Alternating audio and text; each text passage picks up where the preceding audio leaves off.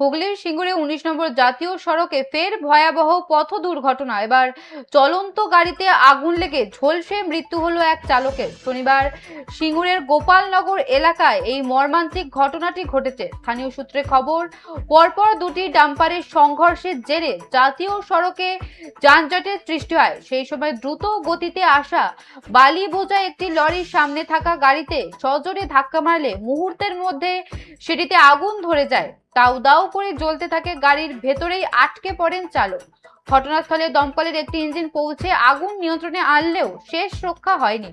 ভেতরে জীবন্ত দগ্ধ হয়ে মৃত্যু হয় চালকের। এছাড়াও ডাম্পারের সংঘর্ষে আরো এক ব্যক্তি গুরুতর আহত হয়ে সিঙ্গুর ট্রমা কেয়ার সেন্টারে চিকিৎসাধীন।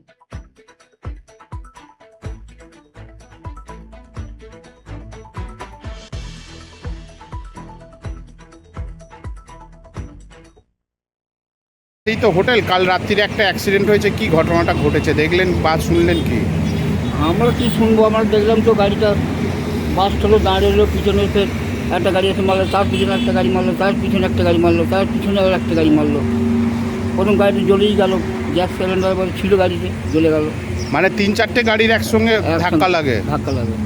মানে একটা গাড়ি কি পুরো জ্বলে গেছে? হ্যাঁ, একটা গাড়ি জ্বলে গেছে, আর একটা তো সব পুরো, 3টে গাড়ি তো মুখ ফেলে গেছে সব একদম পুরো, আর একজন তো মারাই গেছে।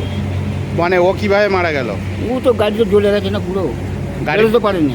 গাড়ির ভেতর ছিল? ভেতরেই ছিল, বেরোতে পারেনি তো। ওই গাড়িটা কিভাবে জ্বলে গেল? জ্বলে গেল কীভাবে, গ্যাস সিলিন্ডার ছিল, শুনছিলাম গ্যাস সিলিন্ডার ছিল, এই যে আগুন কীভাবে গরমে জ্বলে গেছে, লেগে গেছে তাই তো? পুলিশ এসেছিল? ফায়ার ব্রিগেড এসেছিল? ফায়ার ব্রিগেড এসেছিলো, ঘন্টা ঘন্টা পর ফায়ার ব্রিগেড এসেছিলো, পুলিশ সঙ্গে সঙ্গে ছিল, পুলিশের